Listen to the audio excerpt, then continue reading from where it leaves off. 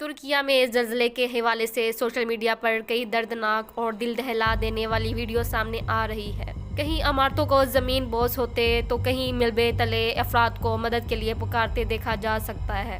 जहां इंसान ज़लज़ले से मुतासिर हुए, वहीं परिंदों की वीडियो ने भी सबको दंग कर दिया। सोशल मीडिया पर तुर्किया में ज़लज़ले से कबल की वीडियो सामने आई है, जिसमें आसमान पर परिंदों को इधर से उधर फड़फड़ाते देखा जा सकता है।